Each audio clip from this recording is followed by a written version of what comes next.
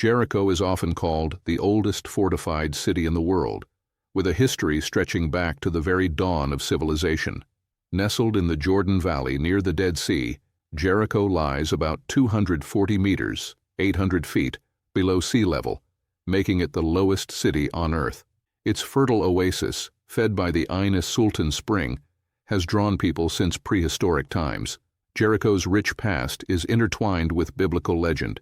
It is famously the first Canaanite city conquered by the Israelites in the Bible. Jericho's location made it a natural cradle for settlement. It sits in an oasis of palm trees and rich soil in an otherwise arid landscape.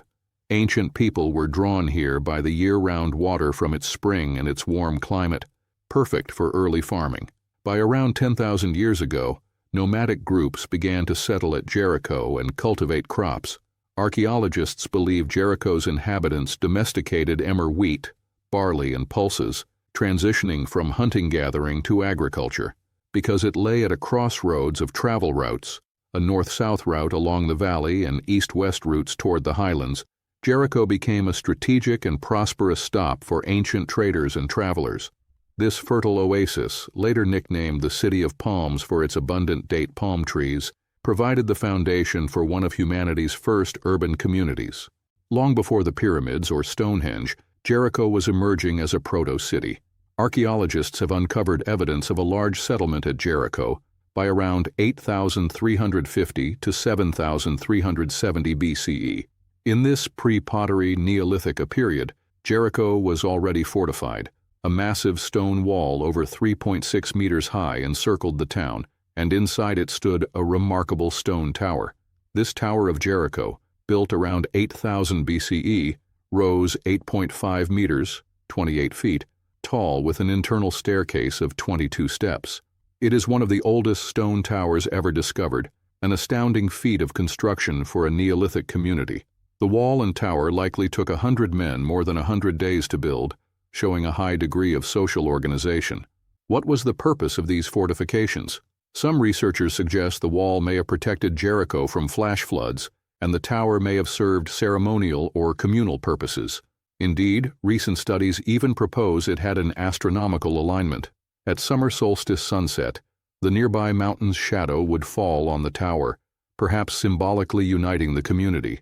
Whatever its purpose, the tower must have inspired awe. Archaeologists think it might have been used by Jericho's leaders to motivate people to a settled agricultural life by its sheer impressiveness. Within the town, people lived in round mud brick huts without formal streets. Estimates of Jericho's population at this time range widely, maybe as low as a few hundred, up to 2,000 to 3,000 inhabitants at its height. These early residents were among the first humans to experience living in a permanent village, making Jericho a strong contender for the world's first city.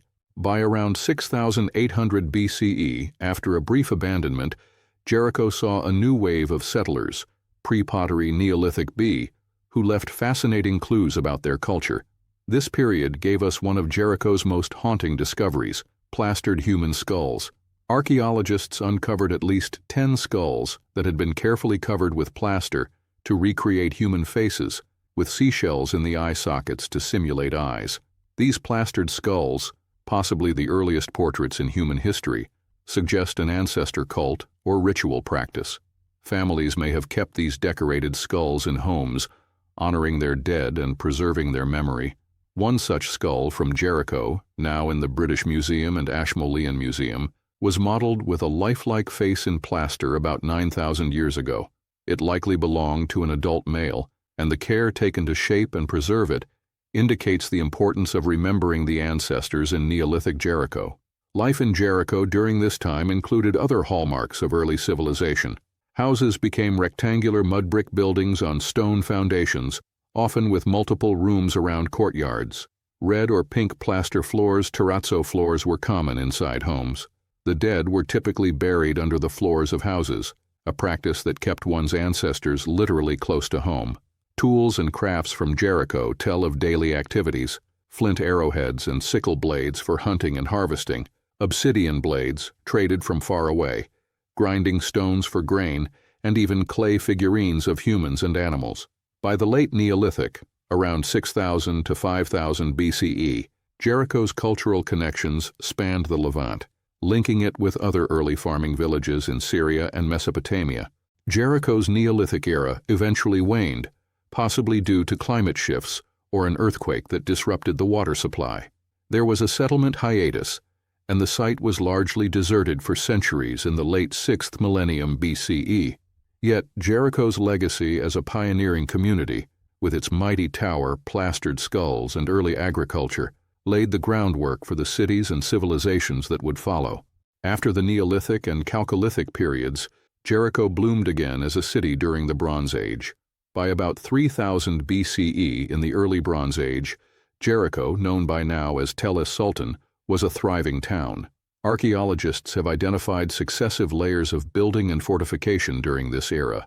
In early Bronze, circa 3500 to 3200 BCE, Jericho was a small village, but by early Bronze II, 3000 to 2700 BCE, it had grown into a fortified town with thick mud brick walls, towers, and bastions protecting it. Around 2600 BCE, early Bronze III, Jericho reached its largest extent for that age, a true city-state in the making. Excavations even uncovered ruins of a palace complex, Palace G, from the early Bronze period, suggesting Jericho had developed urban amenities and possibly a ruling class. Bronze Age Jericho did not have an easy history. It faced destruction multiple times. Evidence shows the city was destroyed and rebuilt repeatedly in the early Bronze Age. Some destruction layers could be due to warfare. Jericho, like other Canaanite cities, may have fought with neighbors or invaders. Other destruction layers might be from natural disasters. Earthquakes were not uncommon in the Jordan Valley. Yet each time the inhabitants rebuilt their city, often larger and stronger than before, indicating resilience and growth. Jericho truly flourished in the Middle Bronze Age circa 2000 to 1550 BCE. During this period, known as the Canaanite era, Jericho was a prominent city-state in the region of Canaan. It was surrounded by extensive defensive walls enhanced with rectangular watchtowers. Outside the city, an elaborate cemetery with shaft tombs and burial chambers has been found, filled with rich grave goods, possibly evidence of local kings or an elite class emerging in Jericho. Jericho's peak in prosperity and size came between roughly 1700 and 1550 BCE. Archaeologist Kathleen Kenyon noted that the Middle Bronze Age is perhaps the most prosperous in the whole history of Canaan. She described Jericho's massive stone revetment wall and complex rampart system from this period, attesting to advanced defensive architecture. The fortifications of Middle Bronze Jericho were indeed impressive. Excavations show a cyclopean stone retaining wall at the base of the tell, about 4 to 5 meters high, with a mud brick wall of 6 to 8 meters on top. This was later expanded to an even larger double wall system with an inner mud brick wall up to 12 meters high. Such defenses enclosed roughly 16 to 17 acres of city area. These mighty walls were built in Middle Bronze III, around 1650 to 1550 BCE. Notably, later investigations suggest these Middle Bronze walls might still have been in use in the following Late Bronze Age. Ancient cities often reused and reinforced older fortifications, rather than build new ones.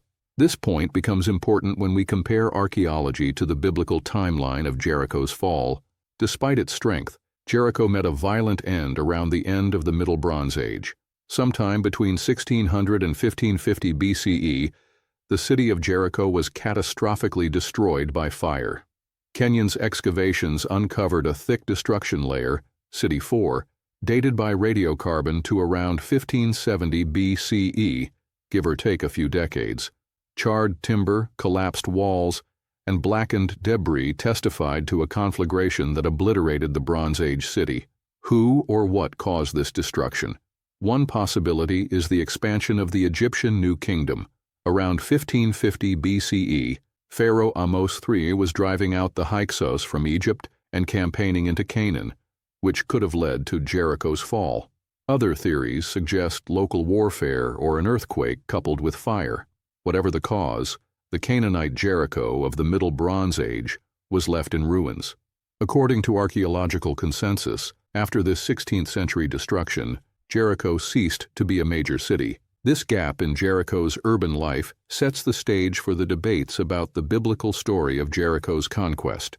After the Great Destruction, Jericho did not vanish entirely.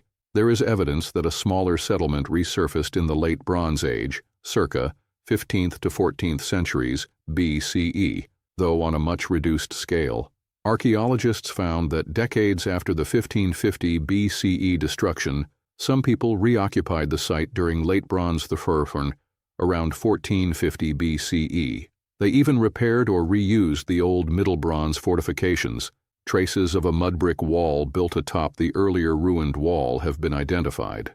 A modest structure known as the Middle Building was excavated, likely the residence of a local ruler or Egyptian governor, indicating Jericho became a small vassal town under the Egyptian Empire's control in Canaan.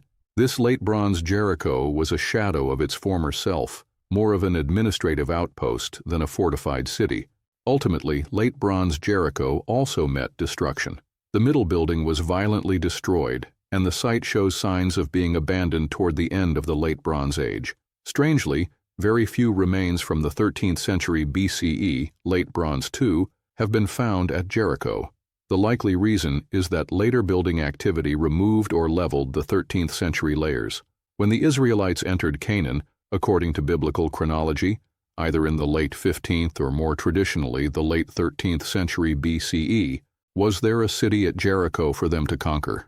This question has fueled a century of excavations and debates. Most modern archaeologists maintain that Jericho had no strong city walls by the 13th century BCE, and perhaps was not a significant city at all at that time.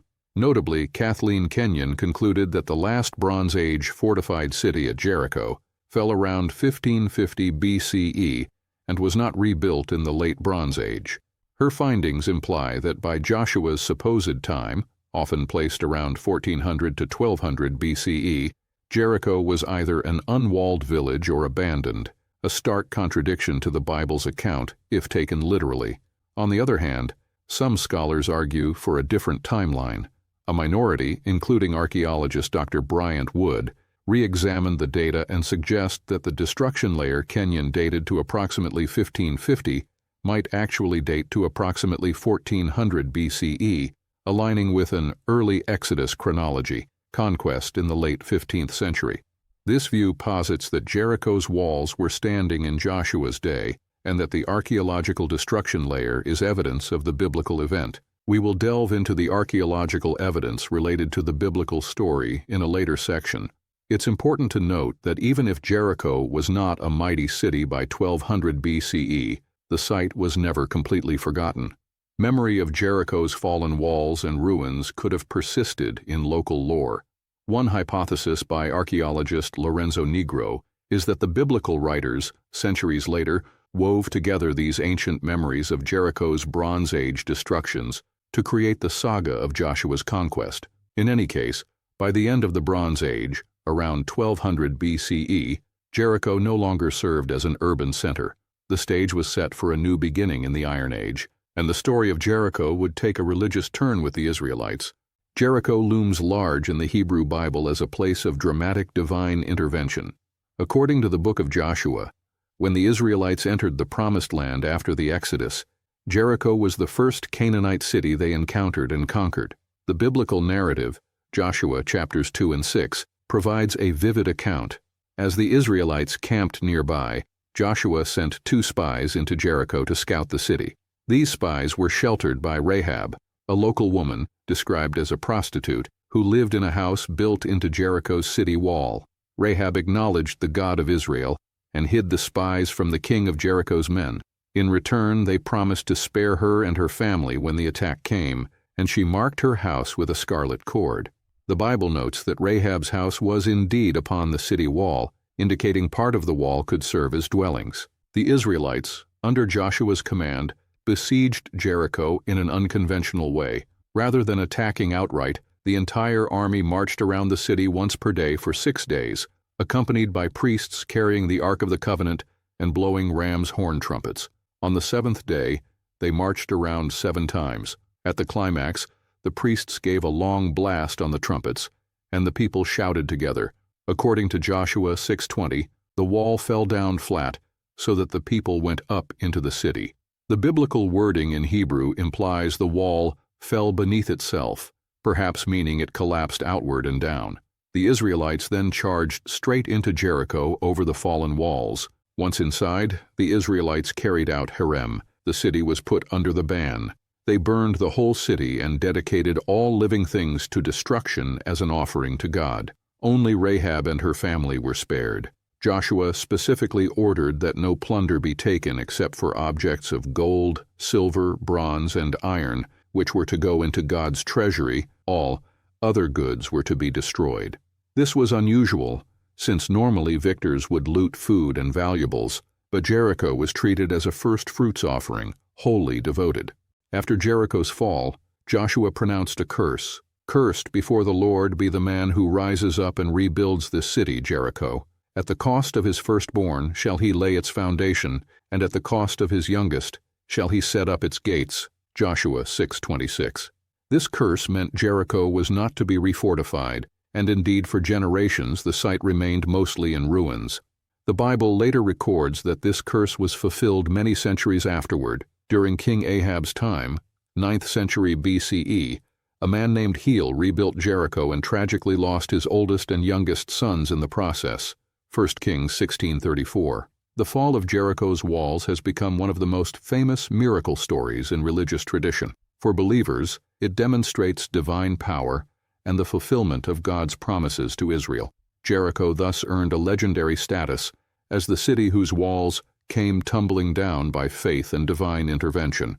From a religious perspective, Jericho symbolizes the triumph of faith over formidable obstacles, an impregnable fortress defeated without conventional battle. After its destruction, biblical Jericho indeed appears to have stayed deserted or insignificant for a long time, consistent with the curse. In the book of Judges 3:12-30, Jericho, called the City of Palms, is mentioned as a place where the Moabite king Eglon established a base during his oppression of Israel. The Israelite hero Ehud assassinated Eglon, and the Moabites were driven out, suggesting that by then, perhaps 13th to 12th century BCE, Jericho was a minor settlement under foreign control. This account aligns with archaeology's indication that any late Bronze Iron Y occupation was small. Centuries later, during the time of the Israelite kings, we hear of Jericho again. By the 10th century BCE, the time of David or Solomon, a new town had started growing at the site. The Bible notes Jericho in the context of the prophets Elijah and Elisha around the 9th century. Elisha miraculously purified the bad water of Jericho's spring with salt, making it wholesome. 2 Kings 2:19-22, a story that resonates given Jericho's reliance on its spring. And as mentioned around that same era, Heel's attempt to rebuild Jericho is recorded as fulfilling Joshua's ancient curse. By the Iron Age too, 8th to 7th century BCE, Jericho had become an important town again, part of the Kingdom of Judah. Archaeology confirms that by the 7th century BCE, Jericho was a sizable town, until it was destroyed by the Babylonians in the early 6th century, 587 BCE, during the conquest of Judah. After the Babylonian exile, some people returned. Jericho is mentioned in Nehemiah as a town resettled by Jews, but the Tel site was finally abandoned as a main settlement not long after. Though our focus is on ancient times, it's worth noting Jericho's presence in religious texts beyond the Old Testament. In the New Testament, Jericho appears as a living city during the time of Jesus.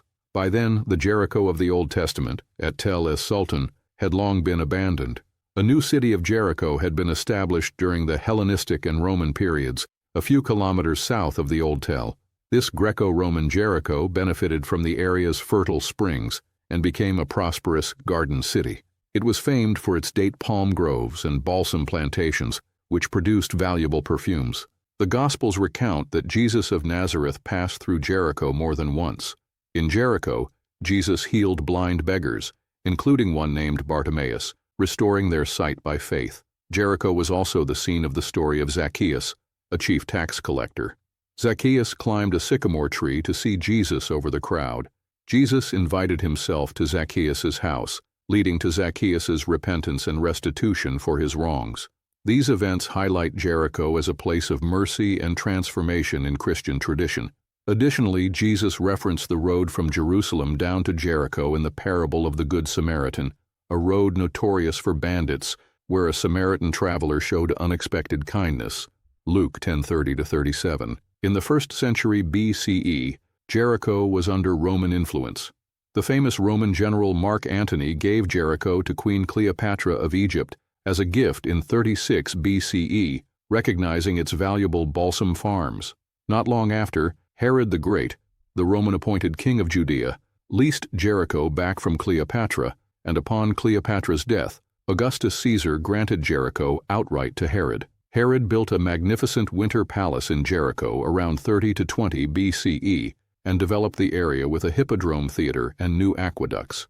Jericho became his winter capital, a lush resort where Jerusalem's aristocracy could enjoy warmer weather. Herod actually died in Jericho in 4 BCE, adding to its historical significance. The Jewish historian Flavius Josephus and geographer Strabo both described Jericho in this era as a fertile plain filled with palm trees, balsam gardens, and a residence for the wealthy.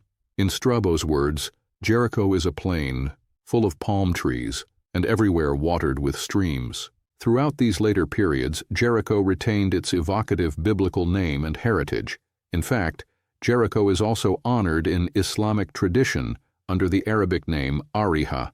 Some early Islamic scholars identified it with the blessed land mentioned in the Quran, and medieval Islamic geographers praised Jericho's water and fruits, bananas and dates. Nearby, a site called Nabi Musa is venerated as the burial place of Moses in local Muslim tradition. Thus, Jericho's spiritual importance transcends a single culture. It is part of the sacred geography of Judaism, Christianity, and to a degree Islam, due to its proximity to events and figures of the Holy Land. Modern archaeology has extensively excavated Tel es Sultan, ancient Jericho, to uncover the truth behind the legends. The results are a fascinating mix of corroboration and controversy. Several key excavations have taken place over the past 150 years. In 1907 to 1909, German archaeologists Karl Watzinger and Ernst Sellen dug at Jericho. They found walls and a destruction layer, but initially dated it to the Middle Bronze Age, long before Joshua. In the 1930s, British archaeologist John Garstang excavated and thought he found evidence of a late bronze, circa 1400 BCE, destruction that matched the Joshua narrative. Garstang even announced, "Joshua fit the Battle of Jericho, and indeed the walls fell down," based on his findings of collapsed brick walls and ash. Kathleen Kenyon led a meticulous excavation from 1952 to 1958, refining the stratigraphy. Kenyon agreed the walls had fallen and the city burned, but she dated that event to around 1550 BCE, concluding there was no city for Joshua to conquer if the conquest occurred later. Her work became the prevailing scholarly view. More recently, 1997 to 2017, Italian-Palestinian teams under Niccolo Marchetti and Lorenzo Nigro have excavated and restored parts of the site. They largely support Kenyon's dating of the final Bronze Age destruction to the 16th century, but also note that the site shows some later Bronze Age usage, albeit limited. Despite differing on dates, all excavations observed a consistent destruction pattern at Jericho that eerily echoes the biblical account. Collapsed walls. Archaeologists found that Jericho's mud brick city walls had collapsed outward, falling down to the base of the stone retaining wall. Kenyon reported a heap of fallen red bricks piling nearly to the top of the revetment wall on the tell's western side.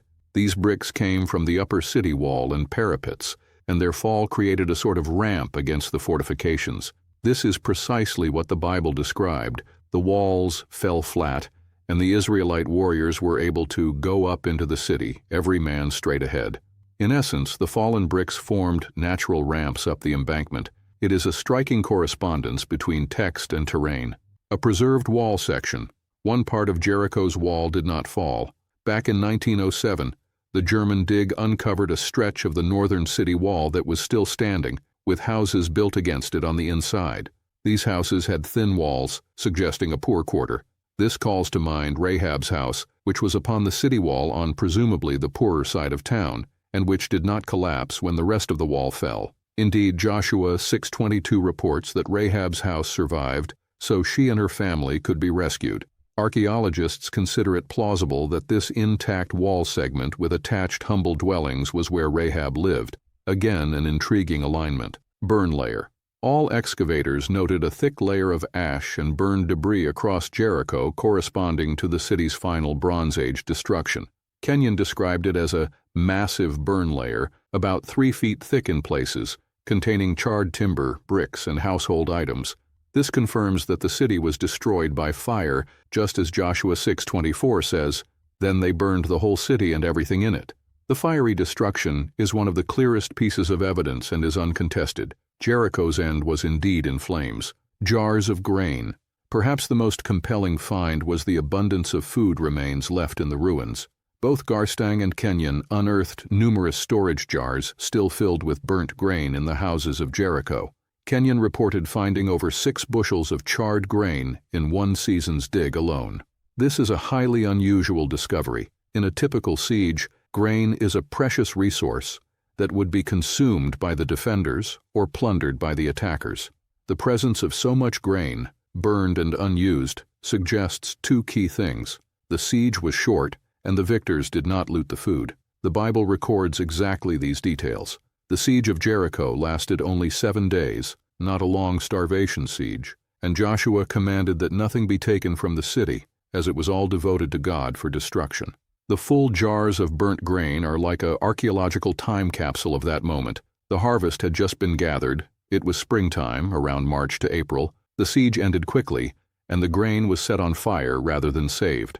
As one archaeologist quipped, Jericho was captured at the season of harvest, exactly as Joshua 3:15 and 5:10 imply. The Israelites crossed the Jordan during harvest season and observed Passover shortly before Jericho's fall. This find powerfully affirms several important biblical details of the conquest story.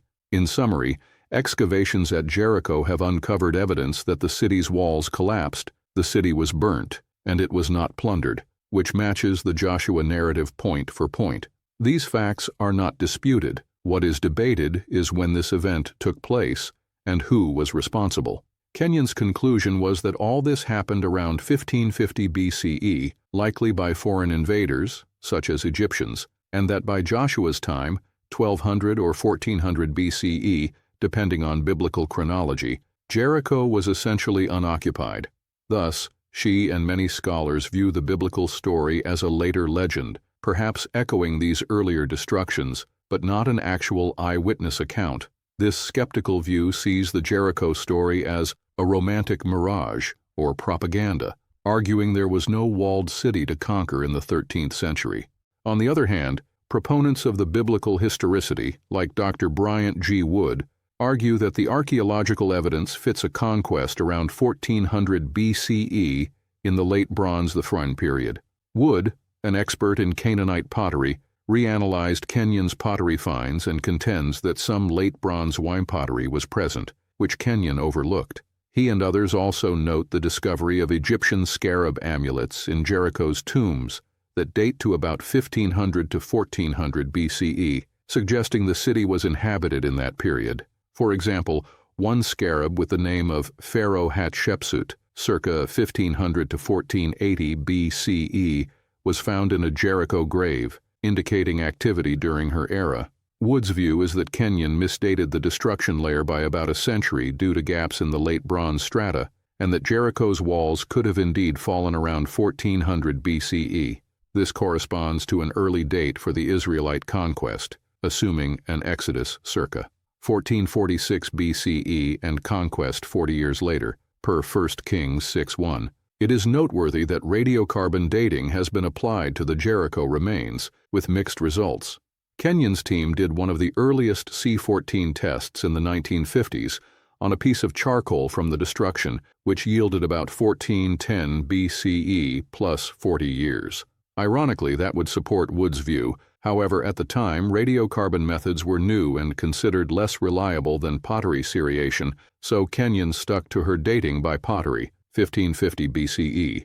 Newer radiocarbon analyses published in the early 2000s on short-lived samples, such as grain, indicated dates around 1600 to 1500 BCE, reinforcing Kenyon's placement. The debate illustrates the challenges of archaeological dating. A difference of a century or two can alter the historical interpretation drastically. Despite the debates, one remarkable point of consensus is that Jericho was abandoned for a long time after its destruction. Archaeologist Titus Kennedy notes that, apart from a brief squatter's occupation possibly by Eglon of Moab, as Judges 3 suggests, Jericho had no significant city until the 9th century BCE. This aligns with the biblical account that Jericho was under a curse and wasn't rebuilt as a fortified city until much later. Indeed, when Hiel rebuilt Jericho in Ahab's time, 9th century, archaeology shows an Iron Age settlement appears around that general period. So, oddly enough, Kenyon and the Bible agree that after the Bronze Age destruction, Jericho lay in ruins for centuries before a new town emerged. Such gaps are not common. Many destroyed cities get rebuilt quickly, which makes Jericho's long silence notable. It lends some credence to the idea that people avoided rebuilding there, echoing Joshua's curse. In conclusion, archaeology at Jericho has not disproven the Bible as many once thought. Rather, it has posed intriguing questions and provided partial answers. The physical evidence of collapsed walls and burned stores of grain gives the story of Joshua an uncanny realism, even if historians debate the timing. Jericho thus stands as a fascinating case where archaeological science and ancient scripture intersect, leaving room for multiple interpretations. As one scholar put it, the ruins of Jericho are an archaeological puzzle, with pieces that clearly form the picture of a destroyed walled city, yet the date and agents of destruction remain debated. Ancient Jericho's legacy is monumental. This small mound of earth in the Jordan Valley encapsulates a cross-section of human history, from one of the first Neolithic villages to a Bronze Age Canaanite city-state, to a centerpiece of biblical narrative, and onward to Greco-Roman times. Its story teaches us about the dawn of urban life, how our ancestors built walls, towers, and communities 10 millennia ago. It sheds light on early spiritual practices, like the reverence for ancestors shown in plastered skulls. Jericho also provides a window into the Canaanite world that the Bible describes, with its massive defenses and likely conflicts. For religious communities, Jericho is a symbol of faith and God's wonders. The phrase "walls of Jericho" has entered common speech to signify a miraculous or unlikely victory. The story of Jericho's fall has inspired generations with the idea that no barrier is too great for the divine, that sometimes walls can crumble without a single blow through perseverance and belief. Jericho is also a place of mercy and hope in these traditions. Rahab's household was saved amid destruction, and in the New Testament, Jericho was where lives were changed by compassion and healing. Today, the archaeological site of Tel Es Sultan, ancient Jericho, is recognized as a UNESCO World Heritage Site. Visitors can walk among the remains, see the stone foundations of dwellings, peer down into Kenyon's trenches, and marvel at the excavated Neolithic tower, still standing in part, a silent witness to 10,000 years of history. The surrounding landscape is still dotted with palm trees, and the spring still flows, reminding us why people settled here in the first place. Jericho's tale is one of survival and resurrection. It was destroyed time and again, by nature or by man, yet each time it rose in some form from the ashes. As we conclude our exploration, we see that Jericho is more than just an ancient city. It is a tapestry woven of fact and legend, where archaeology and faith meet. The stones of Jericho speak of early human ingenuity and devastating conquest, while the scriptures speak of divine providence and moral lessons. Both narratives, the scientific and the spiritual, enrich our understanding of this remarkable city of antiquity. Jericho's walls have fallen, but its story still stands, enduring through millennia as a testament to the human journey and our quest to connect with something greater than ourselves.